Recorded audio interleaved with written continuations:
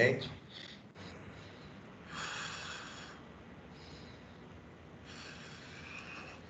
Começou aqui. Então, boa noite, pessoal. Então, estamos aqui presentes para a defesa de TCC 2 do aluno Matheus Nascimento Nóbrega.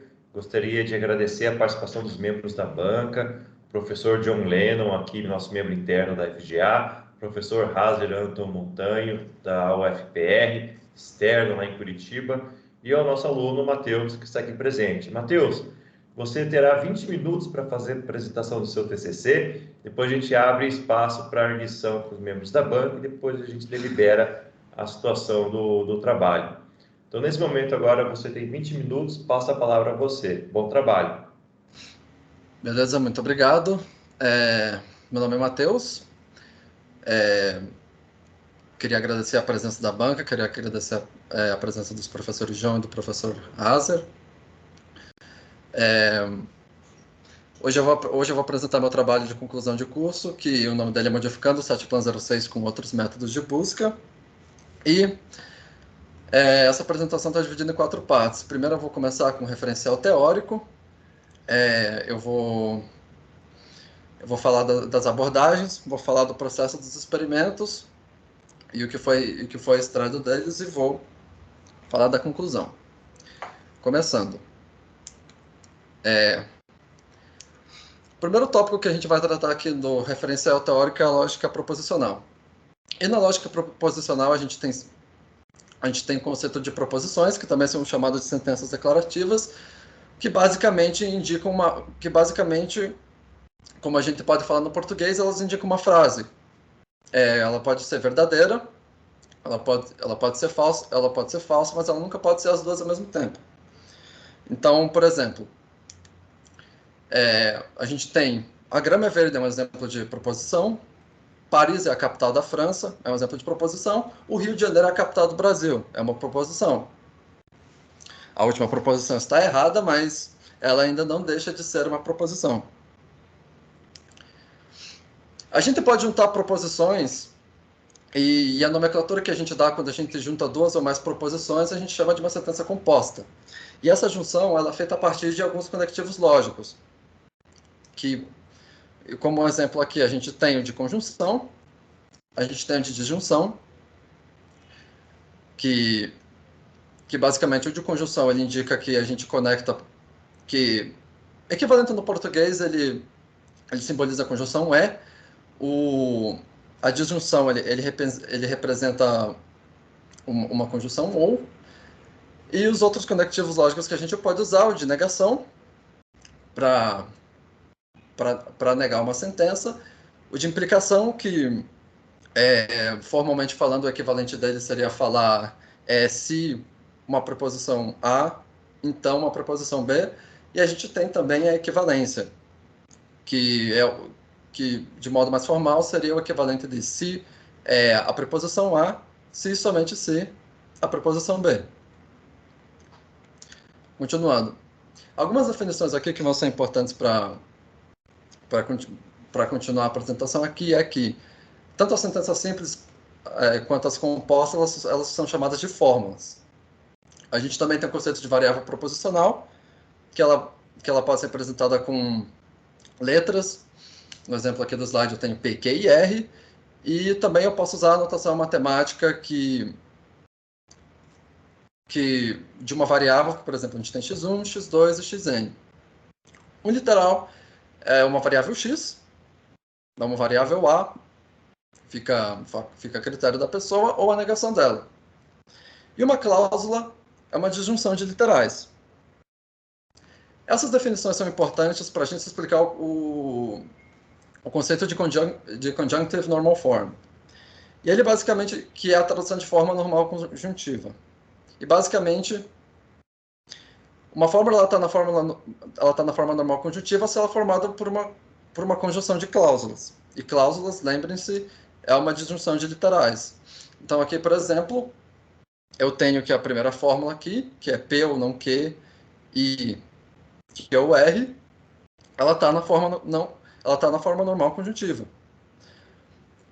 A fórmula de baixo, P e não Q, a gente tem ali uma conjunção de dois literais e ali a gente já tem que essa fórmula ela não está na fórmula normal conjuntiva.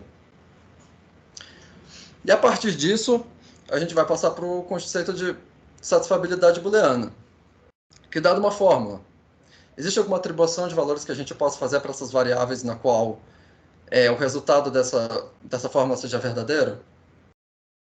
Então, por exemplo, essa primeira fórmula que aparece no slide, ela é satisfazível, porque se a gente colocar, por exemplo, que x é falso, que y é verdadeiro e que z é falso, essa fórmula ela vai retornar o valor de verdade. Essa primeira fórmula específica, ela não tem só uma solução, então existem outras valorações de x, y e z que também podem fazer que fazem essa fórmula verdadeira, mas a fórmula de baixo, ela não é satisfazível porque não tem nenhum valor de x que você possa dar que vai fazer essa fórmula ser verdadeira.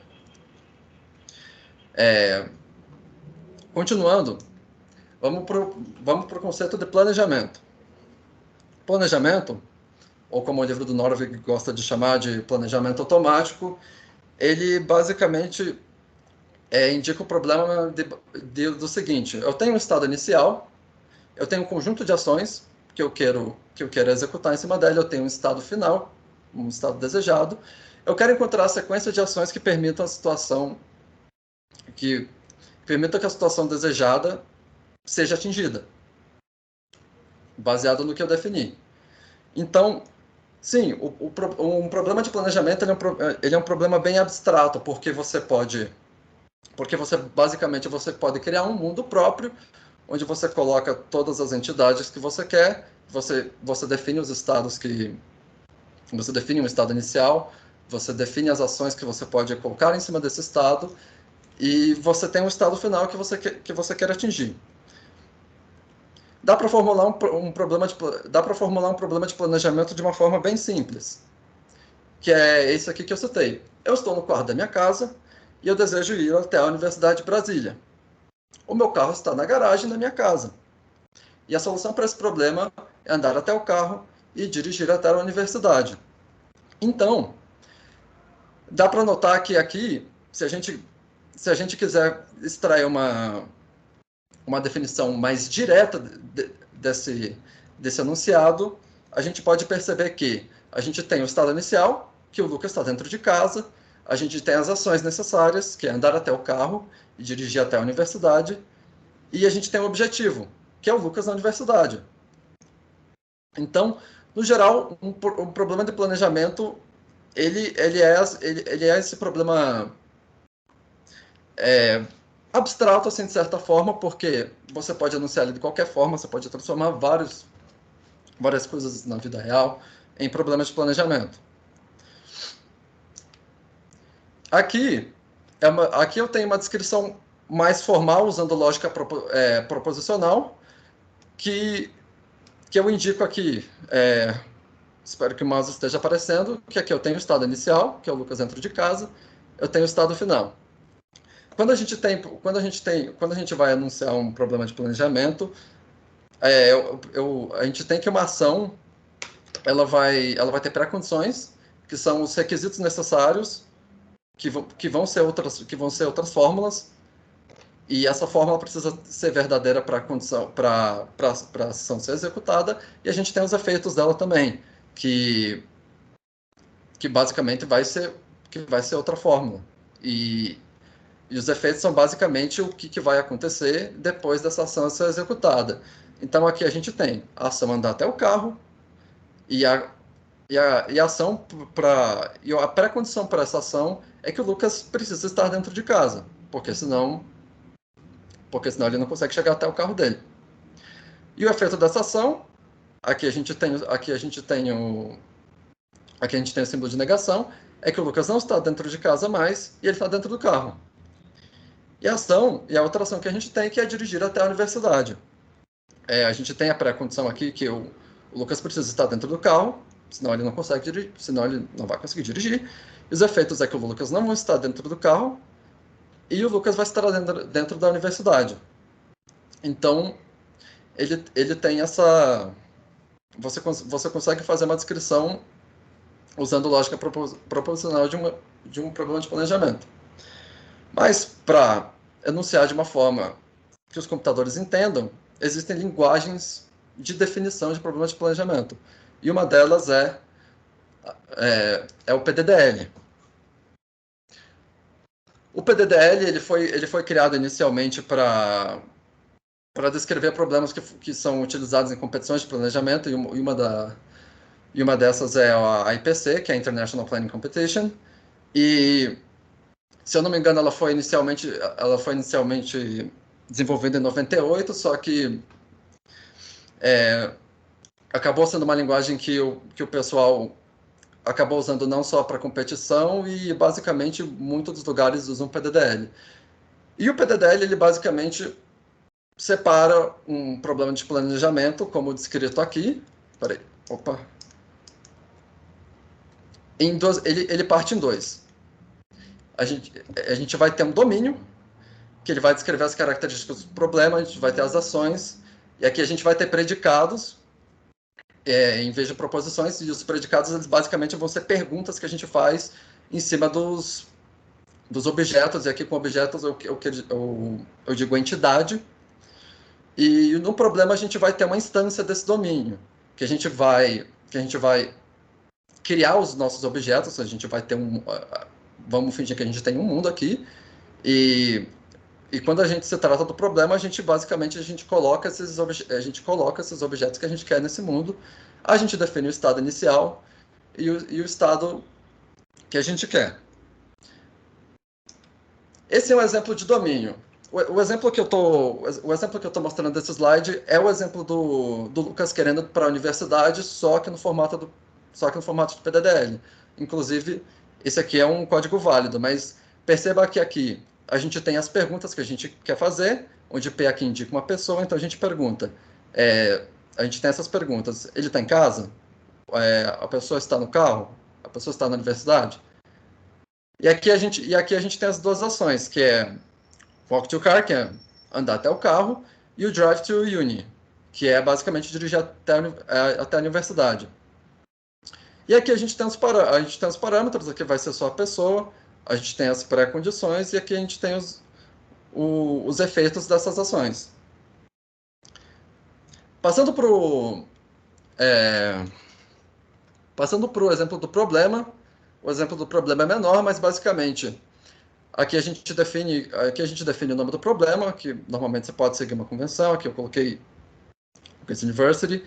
Eu referencio o domínio que eu coloquei aqui anteriormente, e aqui eu defino os objetos. Aqui eu coloquei o Lucas. Eu posso colocar Marcos, eu posso colocar Bruno. Basicamente eu coloco no mundo os objetos que eu quero que vão interagir com as ações e vão sofrer os efeitos dela. Esse init aqui, ele basicamente define o estado inicial, e o nosso estado inicial aqui, como foi citado anteriormente, é que o Lucas está em casa. E o objetivo dele é estar na universidade. Então, basicamente, o PDDL ele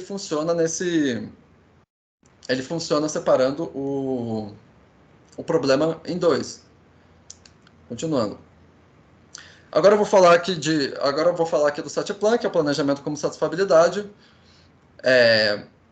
Basicamente, o planejamento como satisfabilidade, ele vai pegar um problema de planejamento, por exemplo, que é anunciado anterior, e ele vai transformar ele num problema de satisfabilidade.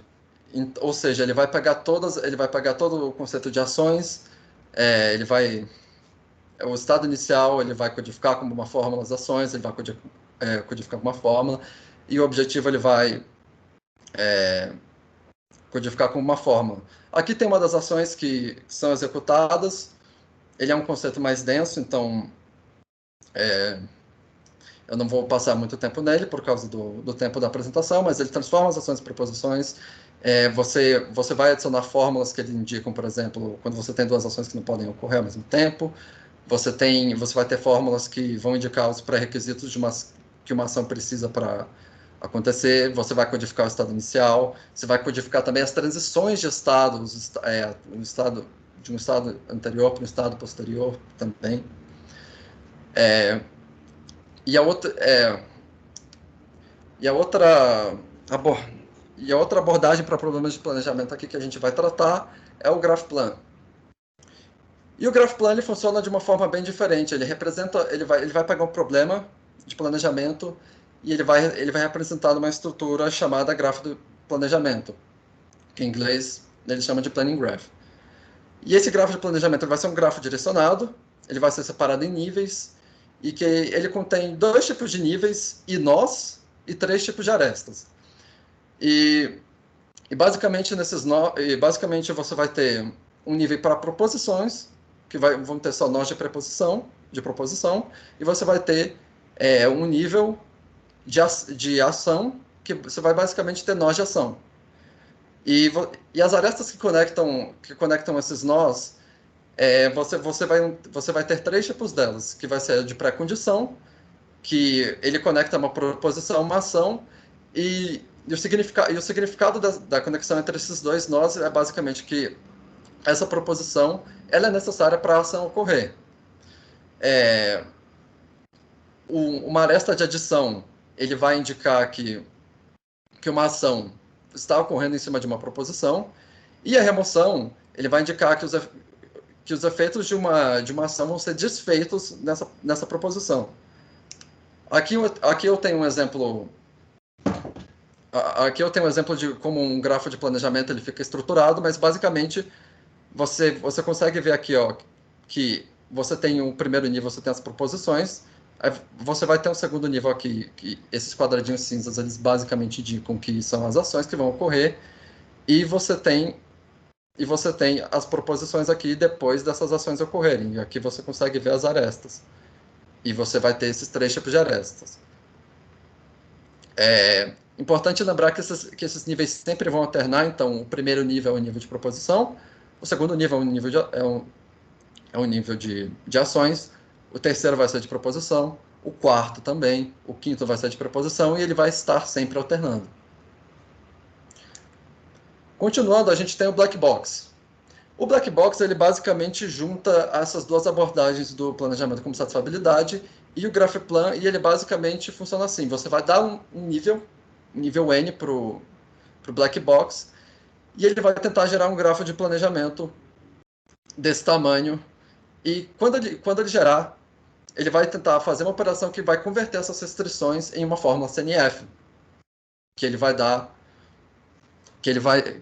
essa fórmula, e essa fórmula você vai poder jogar, por exemplo, no resolvedor SAT.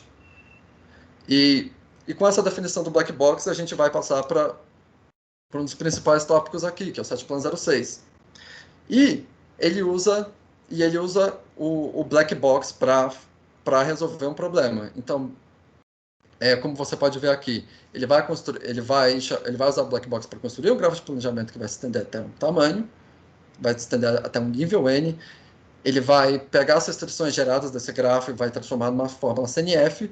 E a parte aqui onde o SATPlan 06 vai agir é que ele vai pegar essa fórmula que o Black Box gerou e ele vai jogar no resolvedor SAT.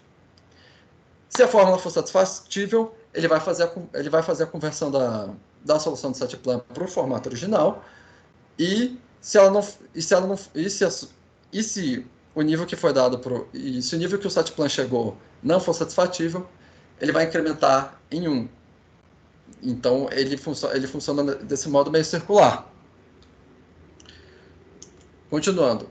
E agora que a gente vai para a parte principal do trabalho, que é onde eu vou descrever as 3 abordagens que eu testei.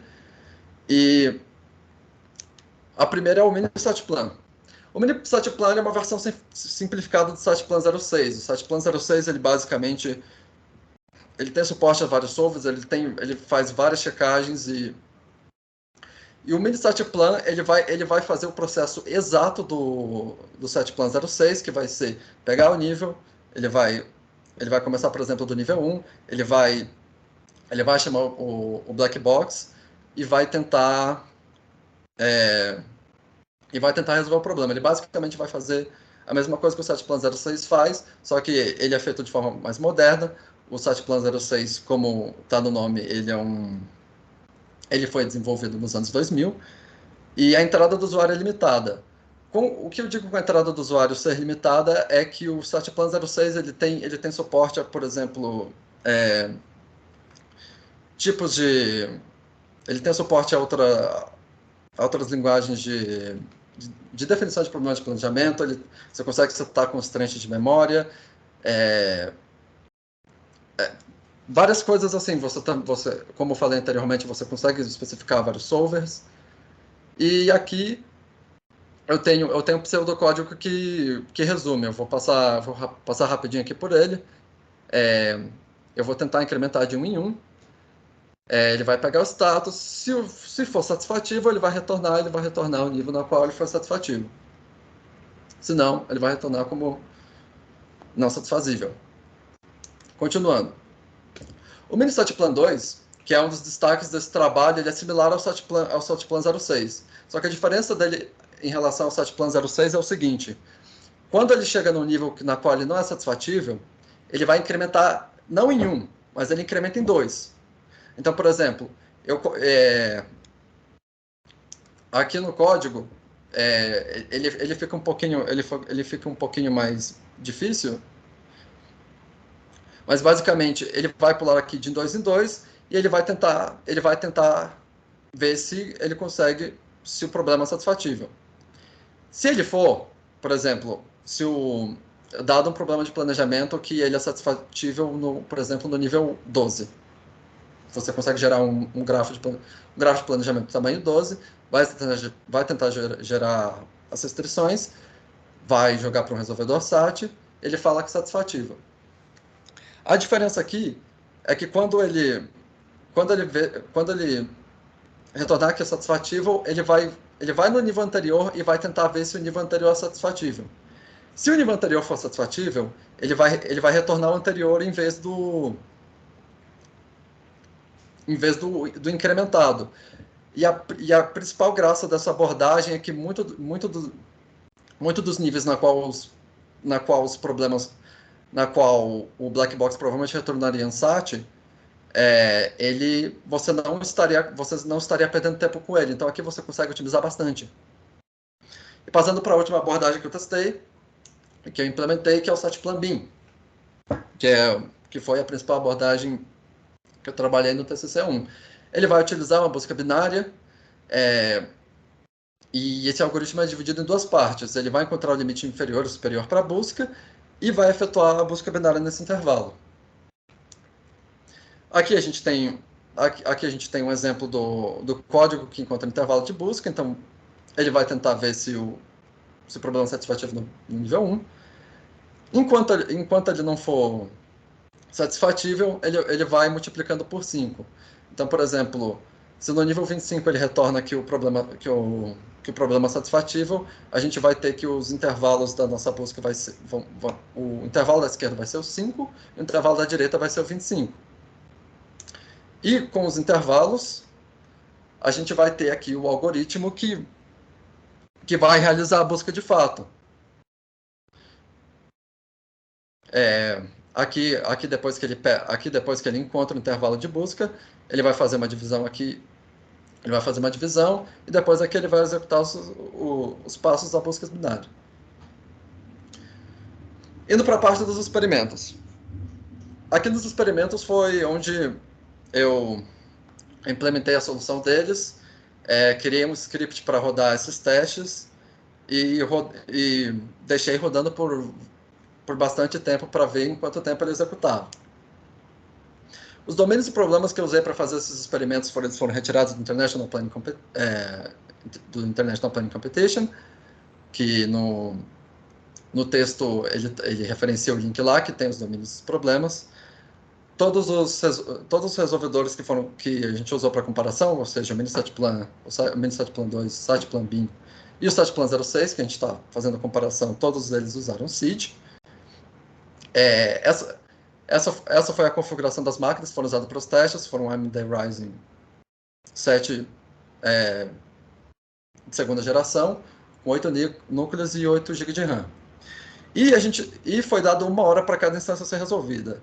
Então, por exemplo, eu tenho um domínio lá, por exemplo, que ele tem 104 instâncias, e em cada instância ele ia ter 1 hora para ser resolvida, cada abordagem.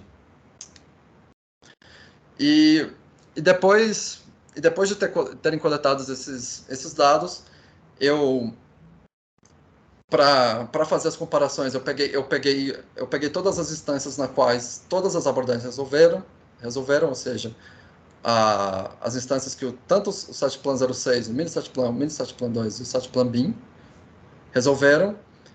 Eu fiz um ranqueamento em cima deles, que basicamente no ranqueamento eu falo algo do tipo assim: eu tenho uma instância que o SATPlan 06 resolveu em 10 segundos e o SATPlan BIM resolveu em 8 segundos. O ranqueamento aqui seria que o SATPlan BIM ficaria em primeiro, por ter resolvido em 8, e o SATPlan 06 ele ficaria em segundo. E depois disso eu apliquei o teste de Friedman, que é um teste é um teste estatístico usado para mostrar a diferença entre conjunto de dados, e ele trabalha em cima desse ranqueamento dessas abordagens.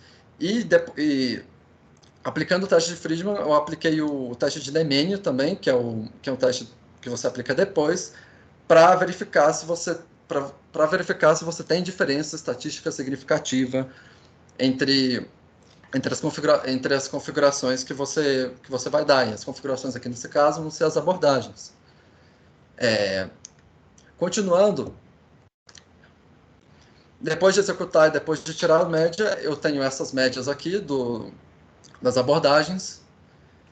E como dá para ver, o ranqueamento do MiniSatPlan 2 ele é muito bom, e o ranqueamento do SATPlan e do MiniSatPlan 2 ele é muito próximo.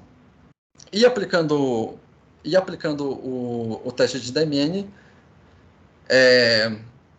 eu gerei um gráfico que mostra como que ficou o resultado desse ranqueamento.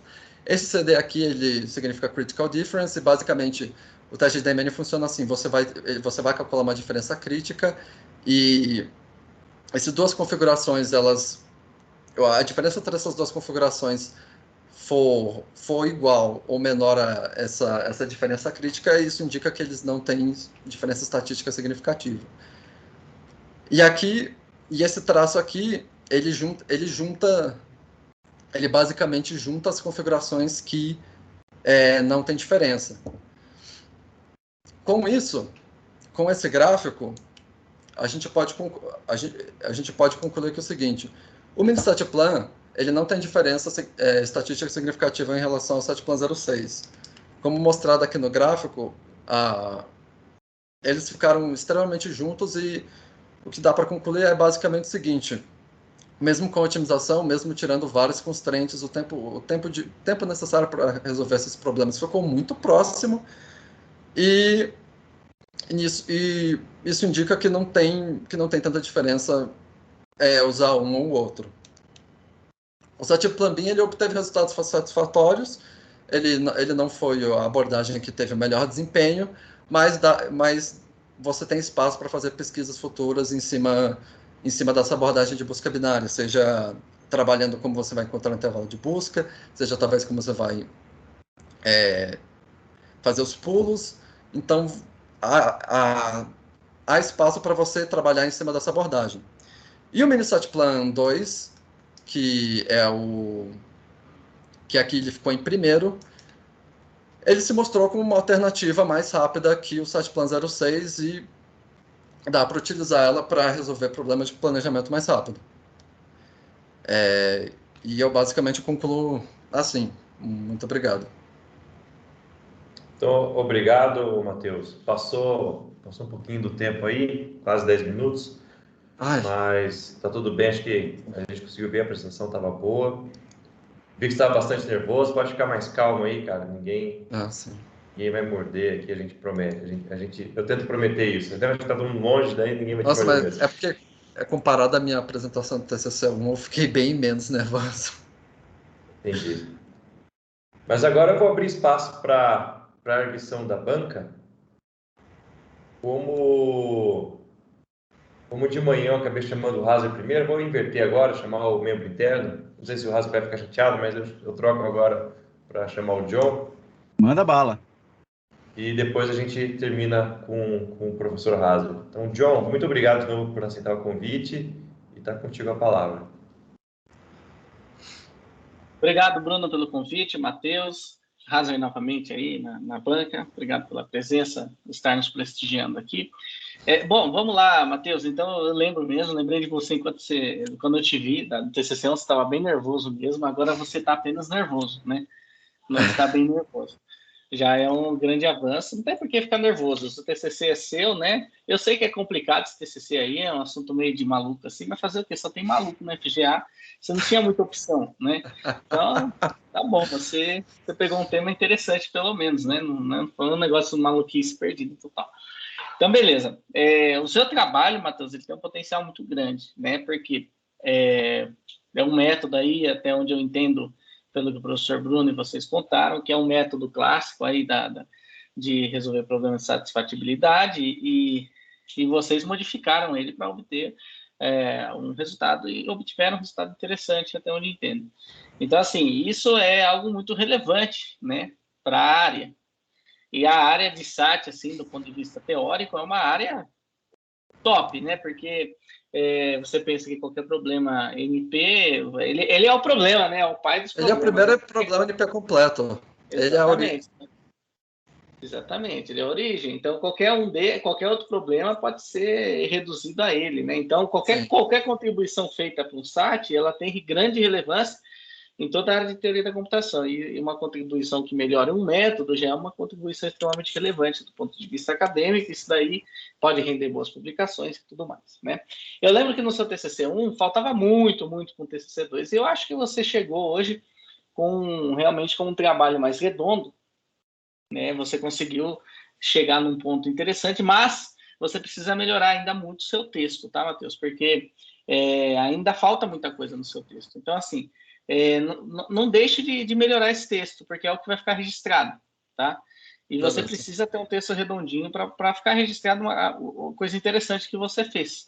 A gente sabe o sofrimento que deve ter sido para você entender esse monte de coisa e rodar e não sei o quê, e comparar, gerar gráfico e tudo mais, né? Então, o texto precisa refletir, né? O texto é o seu canal de vendas.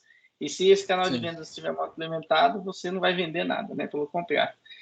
Então, vamos lá. Eu tenho alguns comentários pontuais para fazer para você, né? E eu esperando que isso colabore com a melhoria do seu trabalho, tá? Beleza. Vamos lá. Então, a primeira coisa, satisfatibilidade, Matheus. Você falou satisfabilidade o tempo todo, né? E no texto você escreve satisfabilidade também, né? Então, faltou o T aí. Eu até entendo que é porque veio do inglês e tal, né? Você deve ter pegado termo de satisfability. Posso falar sobre isso exatamente, rapidinho? Sim, pode. Quando eu estava revisando o texto, eu me perguntei também, e depois de muita pesquisa, depois de ver os artigos, as duas definições, eu vejo as duas palavras sendo usadas. E isso acho que me deixou, de certa forma, confuso. Eu optei por usar satisfabilidade, mas eu acho que em algumas das revisões eu talvez tenha deixado passar. Mas basicamente... os artigos que você leu são em português? São. Mas qual artigo que você leu em português? Porque é só a lista de referência. O único artigo em português que tem é o do professor Bruno Ribas. Só ele. E lá é satisfatibilidade. Você escreveu satisfabilidade, né? Mas é a tese de doutorado dele, né? Eu acho que na tese de doutorado... O que você escreveu na sua tese de doutorado, Bruno? Foi Satisfatibilidade.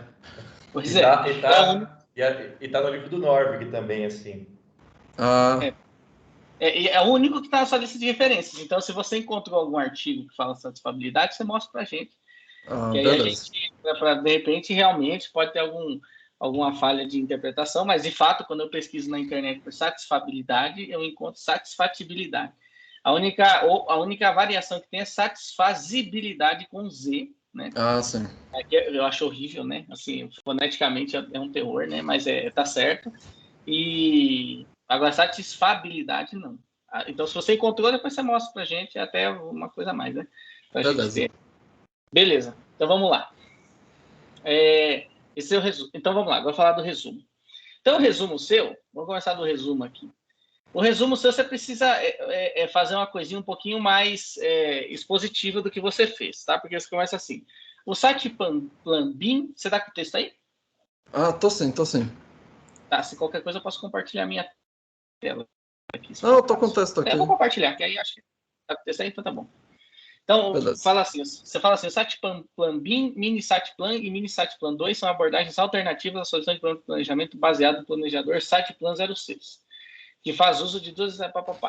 Até aí, não dá para entender o que é seu e o que não é.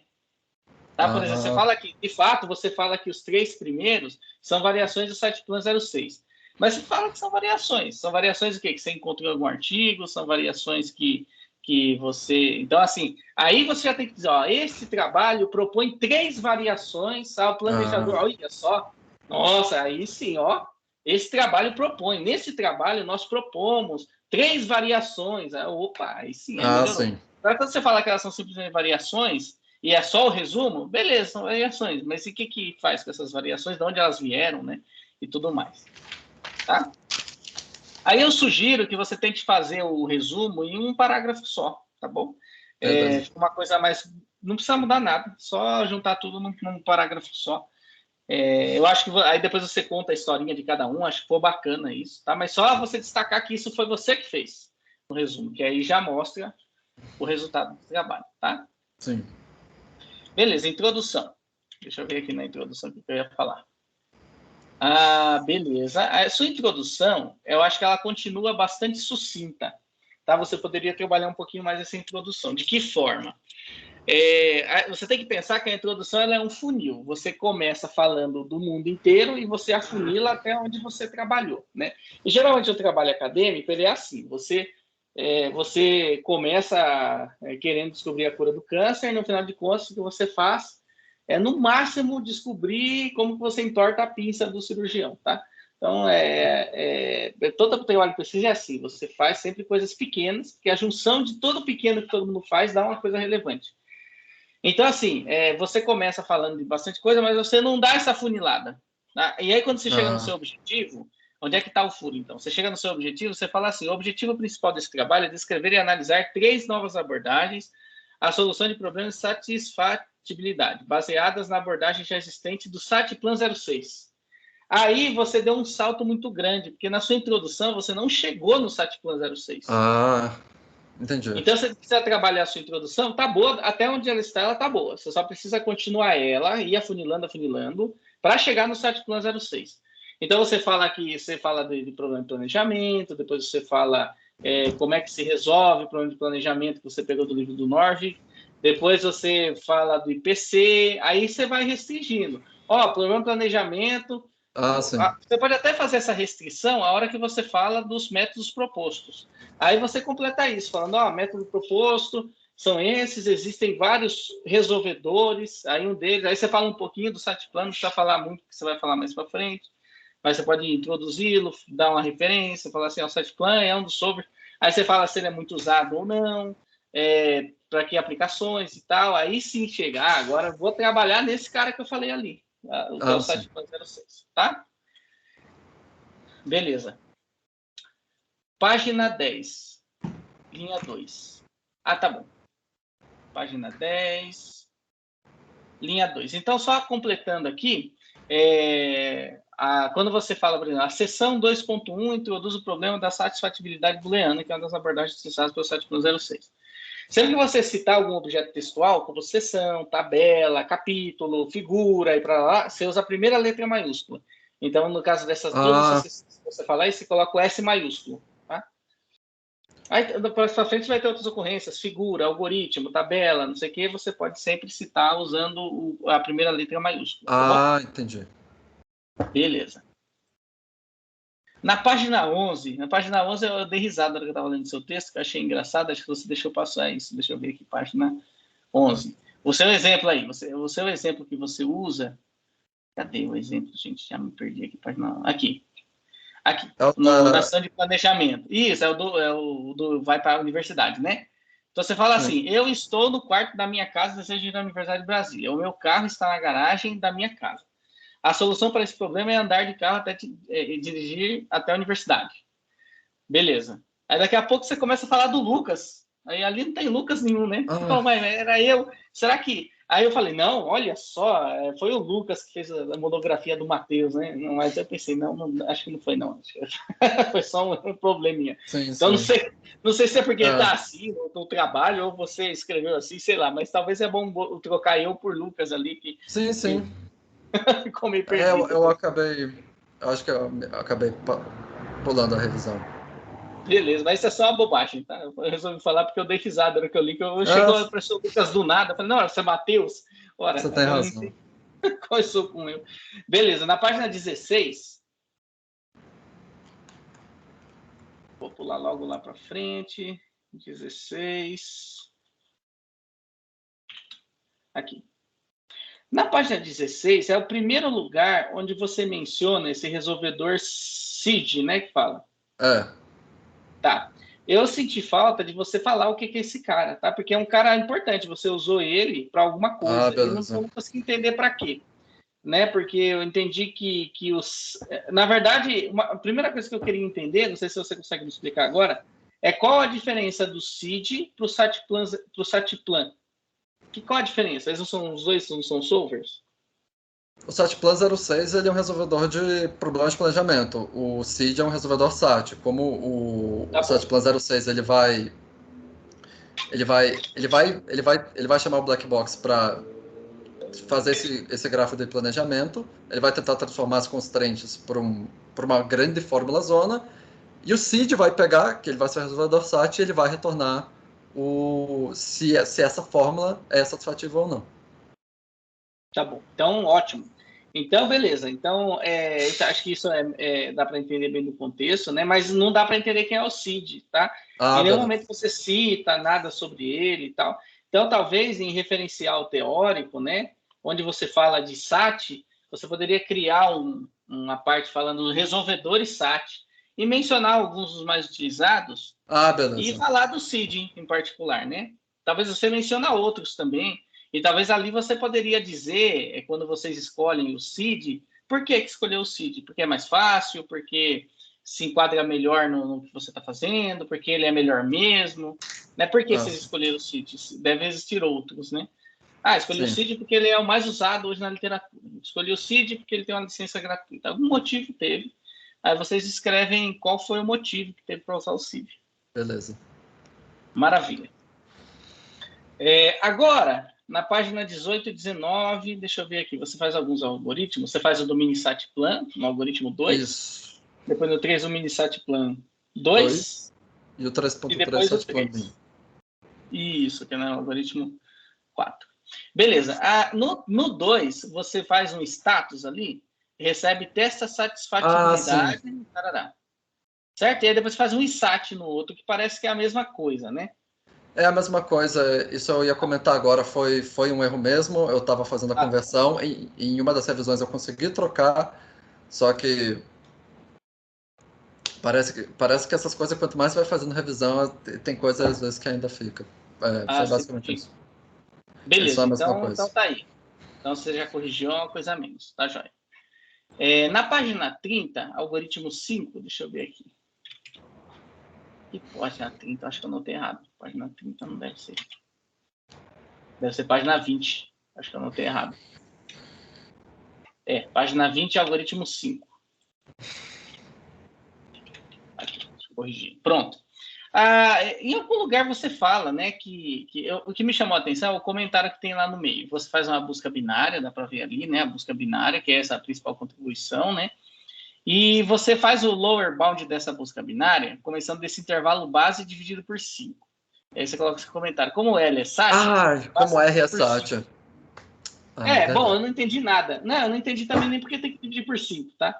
Então assim, eu acho que você explica alguma coisa sobre isso. Pode, claro. Como o intervalo, por exemplo, que eu encontro ali no problema, que é, por exemplo, 5 e 25, como o intervalo base que ele não... como o intervalo base ele vai retornar o o negócio da direita, como ele sempre pula por 5, eu só divido por 5 para conseguir o da esquerda. Mas por que ele pula por 5? É isso que eu não entendi. Onde que tá isso? Eu devo ter perdido. Bom, eu sei que tem um lugar ali que você multiplica por 5, né? Sim. Tá, que é no algoritmo 4, né? Foi um número que os testes foram mais tranquilos. Eu mencionar o porquê que eu escolhi o 5. Tá. Ok. Mas é um número que eu escolhi para fazer para encontrar esses intervalos. Ah, entendi. Então, como você aumenta de 5 multiplicando por 5, então quer dizer que a primeira que você encontra que é satisfazível significa que o anterior não era, né? Então, Sim. o L sobre 5 não... Ah, tá bom, entendi. Tá, eu tenho tá. que tocar. Talvez comentar de onde vem esse 5 mesmo, Sim, né? sim. Se é só um valor arbitrário ou alguma coisa do tipo.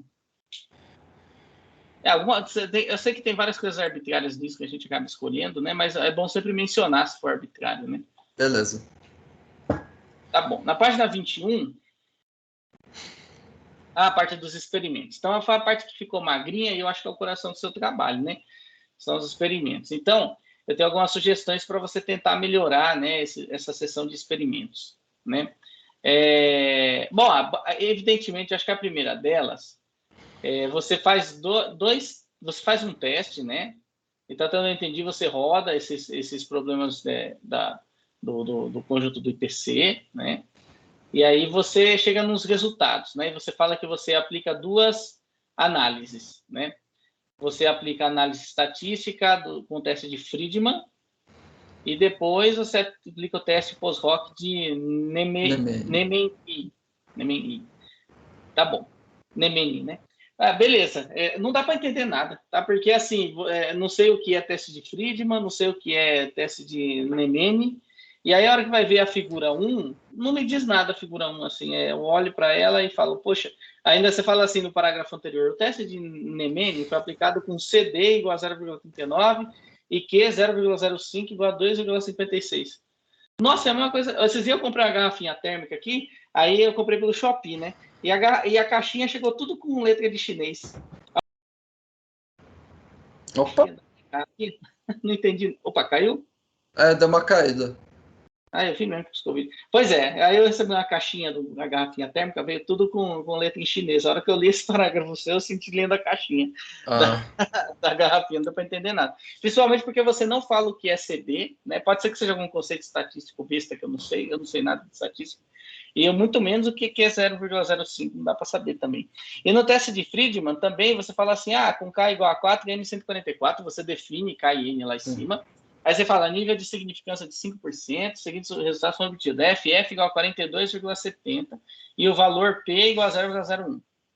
Também não me diz nada, tá? Claro, talvez tudo isso sejam conceitos estatísticos, mas não custaria, de repente, você explicar o que. Então, como que você explicaria? O que significa, né? Friedman, o que é o teste de Friedman, o que ele faz, né? Então, com palavras mesmo, assim, você explicar o que ele faz e quais são o que os valores dizem. Então, existe um valor mínimo para o teste de Friedman? Existe um valor máximo? O que a faixa de valores diz? Né? Se não existe um valor máximo, provavelmente existe uma conclusão assim, quanto maior o valor, maior tal coisa. Quanto menor o valor, menor tal coisa. Então, seria legal se você fizesse uma sessão, né? Pode ser, aí você escolhe. Ou nos experimentos direto, você explica tudo. Ou lá na parte de referencial teórico, você cria uma sessão lá, testes de teste de Friedman e teste de Nemeni, né?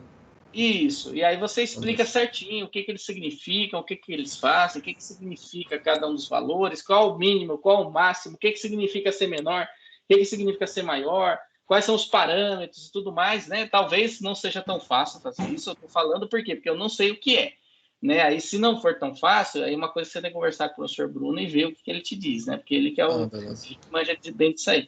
Então aí você fala com ele e de repente ele fala assim, olha, não dá para explicar isso aí. Aí, de repente, não explica. Né? Mas quando você faz um teste e você não dá nenhuma ideia do que ele significa, você colocou a referência, tudo bem, né? Mas eu não vou lá abrir a referência do Nemeni e vou olhar. A gente espera ter um trabalho autocontido. Tá? Então, assim, você pode colocar a referência, claro, para saber que ele veio de alguém e se a pessoa quiser ver detalhes. mas pelo menos o mínimo você tem que explicar. O mínimo é você dizer, se vocês acharem que explicar os testes não é razoável, no mínimo precisa dizer o que os valores vão significar. Então, beleza. Para o maior, quanto maior significa, quanto menor significa, e principalmente no NEMEN, que você não define o que é CD, nem o que é 005, precisa definir para poder falar o valor deles. Beleza. Ok? Bom, os experimentos, eu acho que você rodou aí alguma coisa que pareceu bacana, isso deve ter te dado muito trabalho. Então, outra coisa que eu te sugiro também nos experimentos, é que você tentasse evidenciar esse trabalho que você teve, né? De alguma forma, você não precisa ficar chorando pitanga na parte dos experimentos, né? Assim, dando uma de coitado, né? Tipo, foi tão difícil, né? Não precisa. Mas, assim, tentar contar todo o caminho das pedras que você percorreu. Olha, aqui tive que fazer isso, fazer aquilo, tive que integrar não sei quem com não sei quem, tive que rodar daqui, gerar ali, porque tudo isso enriquece o seu trabalho. O seu trabalho, além de...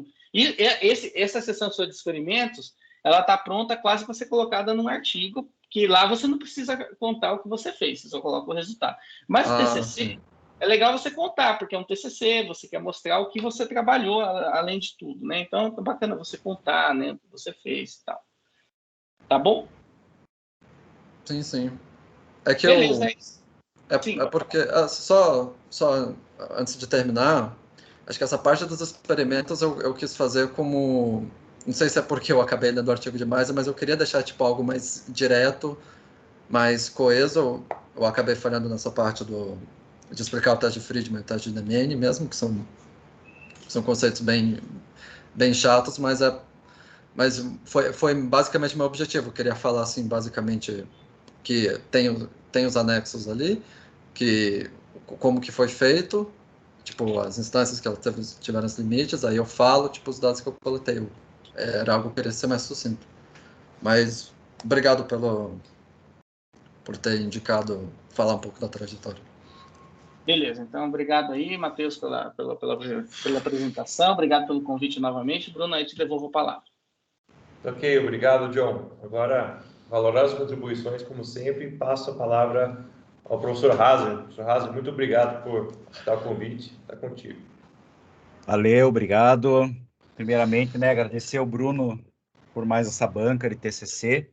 É muito legal ver que você está conseguindo trabalhar com os alunos aí esse assunto, né? Obrigado ao John.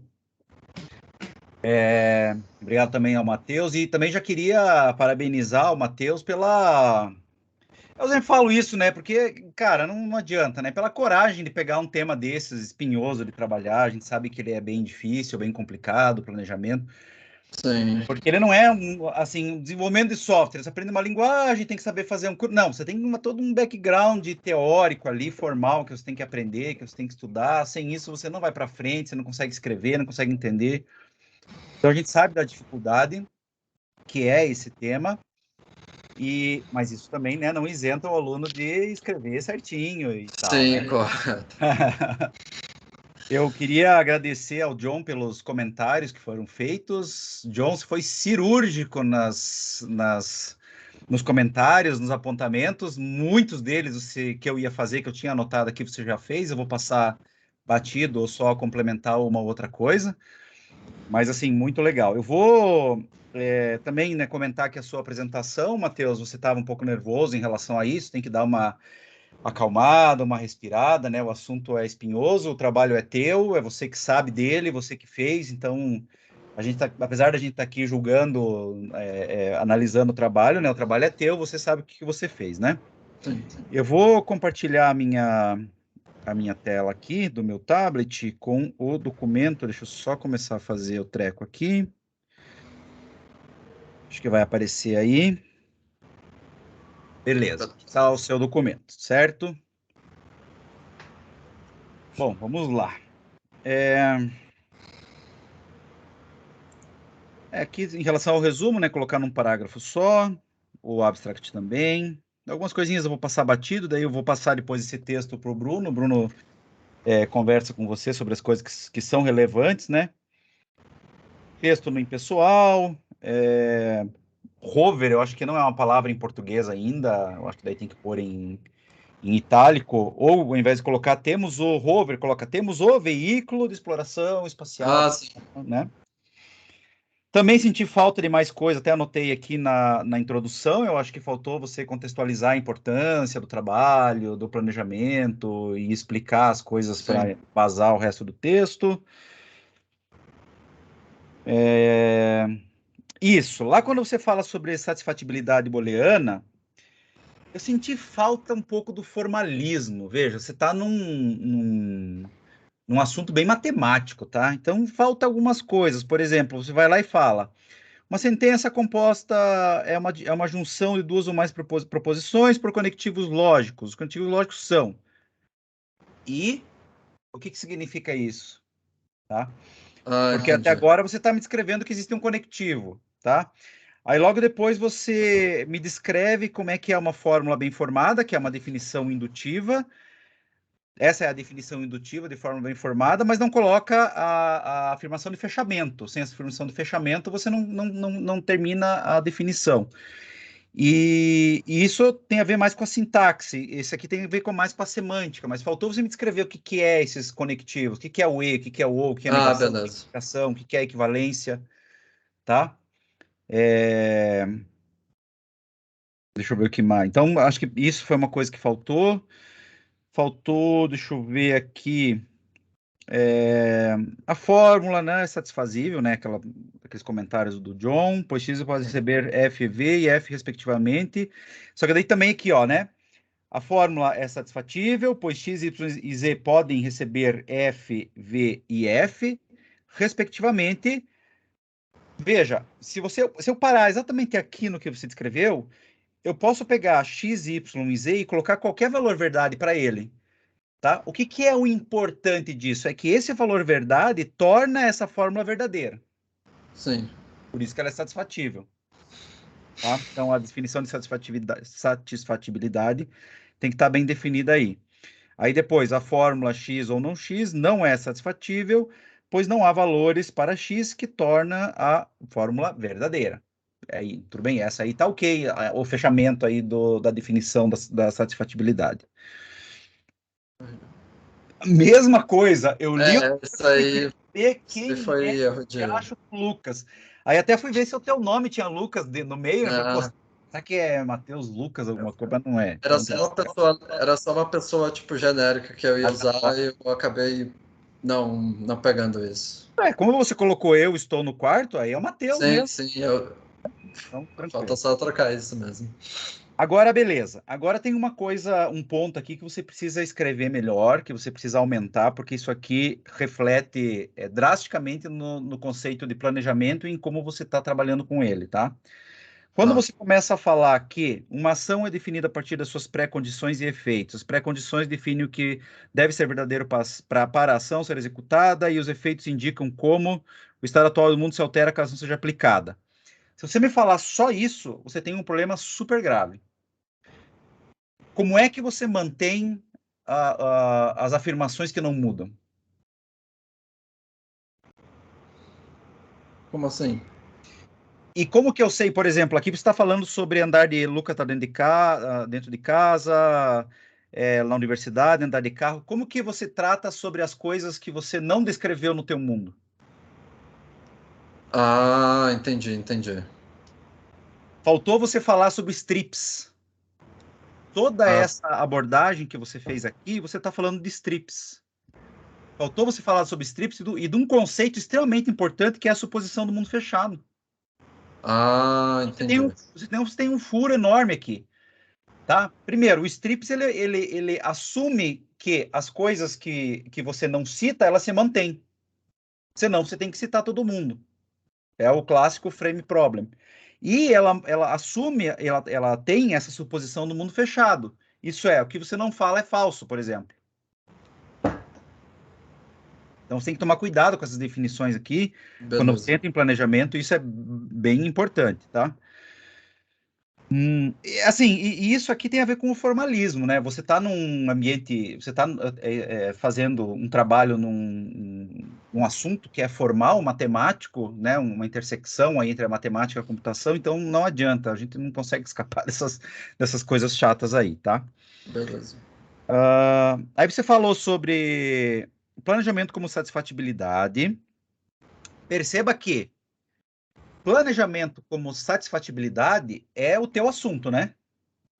Você pegou o Satiplan, você fez alterações no Satiplan, então a importância do planejamento... Então, digamos que o planejamento como satisfatibilidade é o teu assunto principal aqui.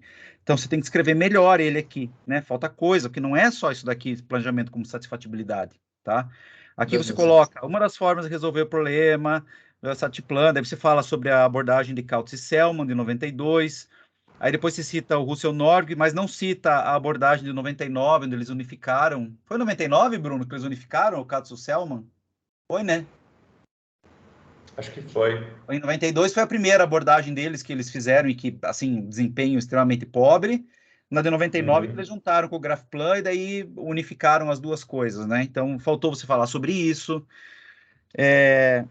E aí você cita aqui, por exemplo, o Russell Norvig e fala sobre como que é feita a transformação das coisas aqui, tá? Mas aí, já que você está falando desse Satiplan, você tem que olhar nas referências, e inclusive, provavelmente na tese ou na dissertação do Bruno ele fala disso, na minha dissertação eu falo disso, em vários artigos que tem por aí são falados sobre isso, sobre a codificação de como que um grafo de planos ele vira uma instância SAT.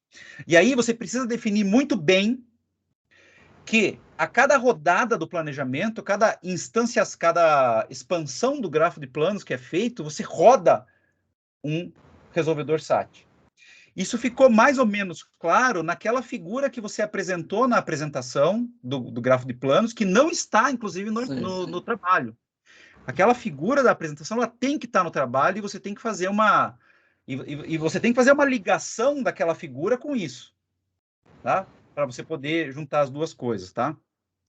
Talvez até valha a pena o GraphPlan ficar para trás, para você definir o que é o GraphPlan, a geração do grafo, aquela figura, e depois você falar sobre o planejamento como satisfatibilidade, já ligando com o grafo de planos e contando o que é a tal da codificação, para você dizer o que está acontecendo ali, tá? Eu acho que isso é bastante importante.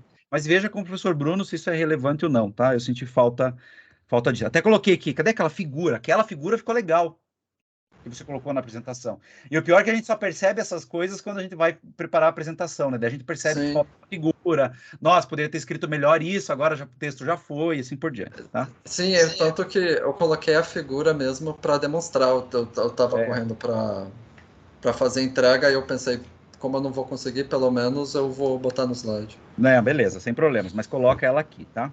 Beleza. Aí você fala no capítulo 3 sobre as abordagens. E aqui você fala assim, mini Satiplan. Inicialmente, escrito como base para os testes de outras abordagens, mini Satiplan é uma versão simplificada. Nesse texto não ficou claro se foi... se você pegou o mini Satiplan de fora ou se foi você que escreveu. Você já falou sobre isso, mas você tem que deixar claro que foi você que fez, que foi um produto do teu projeto, tá? Beleza. Mini Satiplan 2, mesma coisa. Satiplan... até coloquei aqui, né? Porque por 5? Esse o John pontuou mesmo, realmente. Né? Por que 5? E se eu quiser fazer de 3? Poderia ser padronizado, né? 10 por 10, alguma coisa assim. Mas, enfim, tem que dizer o porquê do 5. Beleza. Bruno, eu fiquei bastante em dúvida aqui. Em geral, pelo menos o que a gente usa aqui é anexo quando é um documento de fora que a gente está anexando e apêndice quando é um documento que é produto do trabalho e que ele está colocando no final, tá? Fiquei em dúvida em relação a essa terminologia. Nesse caso, eu acho que aqui se trata de apêndices, né? Isso. Beleza. Tá? Só isso, então. Beleza, só questão de forma aqui mesmo. Aqui eu queria comentar, ó, como você colocou nessa tabela o ranqueamento, aqui você colocou nessa ordem Satiplan, Minisat, Minisat, Satiplan BIM, recomendo, daí eu coloquei isso aqui, que você coloque as tabelas no mesmo padrãozinho, tá? Aqui, ó. Tranquilo. Vou padronizar, tá? Pode trocar lá embaixo ou trocar ali, tanto faz. Mas eu gostei dessa onde você colocou o Satiplan primeiro, porque o Satiplan é o teu referencial, né? É a minha referência. Tá. Até colocaria SATPlan 06 para ficar mais claro. Para ficar mais claro, sim. Usando. Tudo bem? Mas assim, Beleza. de novo, veja com o Bruno o que você acha mais legal. Mesma coisa, tá? A explicação do que é o teste de Friedman, o que é o teste de Nemini, o que uma coisa tem a ver com a outra, e por que você aplica o pós-teste de Nemini no teste de Friedman? Para explicar, a gente aplica o teste de Nemini porque o teste de Friedman ele é mais fraco. Então, quando ele descobre que não tem diferença estatística ali com alguns caras, quando você quer, digamos assim, reforçar aquele resultado do teste de Friedman, você aplica o pós-teste de Nemini. Ah, entendi. Tá? Mas eles têm que explicar o porquê, estatisticamente, o que significa. Você não explicou nem o p-valor. Quando você coloca p-valor, você tem que me falar qual é a hipótese nula e qual é a hipótese alternativa. Ah, entendi. A gente sabe que a hipótese nula é que eles são iguais, não tem diferença estatística, e a hipótese alternativa é que eles têm diferença estatística, mas daí você cita isso e explica o que é o p-valor, senão fica aquele p-valor maluco ali sem saber o que é. Você pode dar uma olhadinha na minha tese de doutorado, eu tentei explicar qualquer coisa disso, tenta dar uma olhada lá, talvez o Bruno passa o link depois, tem alguma coisa que eu explico sobre isso, tá? Estatística é complicado, né? Eu sei. E olha, quando eu fui escrever, eu rabisquei muito para poder entrar na cabeça o que era essas coisas. Então, é uma coisa que você tem que fazer também. No capítulo 4 dos experimentos, eu senti falta de você explicar essas coisas e concluir. Eu vi que você fez uma conclusão aqui no capítulo da conclusão, mas veja, aqui na conclusão é uma conclusão geral, sabe? Do seu trabalho como um todo, as perspectivas que você teve em relação ao trabalho, e trabalhos futuros, etc. Agora, aqui eu senti falta de você esmiuçar aquelas tabelas e falar, olha, nos exemplos tais foi melhor, nas instâncias tais foi melhor esse, foi melhor aquele. Sabe quando você lê um artigo e ele fala, ele discorre sobre as tabelas de resultados? Isso faltou no teu trabalho, tá? Então, por isso que eu coloquei escrever mais aqui, porque você tem que explicar e tem que concluir isso, né? Eu até vou colocar aqui, analisar os resultados. Analisar os resultados, tá? Senti falta também de você falar mais sobre trabalhos futuros. É aquela coisa, né? O que será que daqui eu poderia fazer? Por exemplo, parametrizar o teu algoritmo binário é uma coisa interessante. Você não fez, você não vai fazer no teu trabalho, porque provavelmente não vai dar tempo, é um negócio mais complicado. Você coloca, olha, um dos trabalhos futuros é parametrizar o valor da busca binária, do limite binário lá. Tá? Sim. Deixa eu ver o que mais. E assim, eu achei muito bom o fato de você ter rodado vários experimentos, de ter tido esses resultados. Eu achei muito bom mesmo, tá? Porque isso é uma das coisas que muitos alunos não fazem, ou quando fazem é um ou outro, roda um ou outro experimento. Só fiquei sentindo falta mesmo da análise dos resultados, tá? Fora isso, você está de parabéns por ter rodado os experimentos, por ter colocado, por ter tabulado todos eles, tá? Eu acho que isso é um ponto bem positivo, tá? Bruno, da minha parte é isso. De novo, Matheus, parabéns. Todas essas considerações muito obrigado. São para melhorar o seu trabalho, tá? E é isso. Muito obrigado pela análise. Ok, obrigado, Razi. Agora, a única coisa que eu vou fazer de questionamento aqui, Matheus, os experimentos você rodou em qual máquina? Eu rodei nas máquinas da UNB, do Chocotino lá. Então, mas elas não têm 8 GB de RAM. Então, quando... Eu fiquei em dúvida se eram 8 ou 16, mas é porque a maioria dos testes que eu rodei, você não tinha feito a expansão ainda. Então era 16. Ah, era 16, eu acabei... Eu fiquei em dúvida se era 8 ou 16, mas porque aí eu aumentei para quando eu estava escrevendo já estava para 32. Aí eu fiquei na dúvida. Entendi. É porque a Chocotino, que é onde eu falo para não rodar experimento, ela tá com 8. É só para refúgio. Mas as outras que ficam penduradas nela tem 16 ou 32 GB. Ah, beleza. Beleza, então acho que é isso, pessoal. Agradeço as recomendações, análise e a doação de tempo que a banca cedeu agora numa sexta-feira, 19h43. Eu fico muito feliz, muito grato por ter essa oportunidade. Posso abrir agora para a plateia. Temos um membro na plateia ainda, né? O Guilherme Deus Dará, que estava lá de manhã, conhecendo o Hazard também. Quer falar alguma coisa, Guilherme? Não, eu acho que acho que tem muitas coisas aí, comentários, tanto do trabalho quanto dos professores que vão ser úteis aí pro meu trabalho, então já gostei demais de assistir aí. Parabéns. É muito complexo aí o que você fez. Achei massa. Obrigado. Obrigado, Guilherme. Então, eu vou pedir licença de vocês agora para a gente fazer a deliberação da banca. Vou até encerrar a gravação aqui. Então, eu peço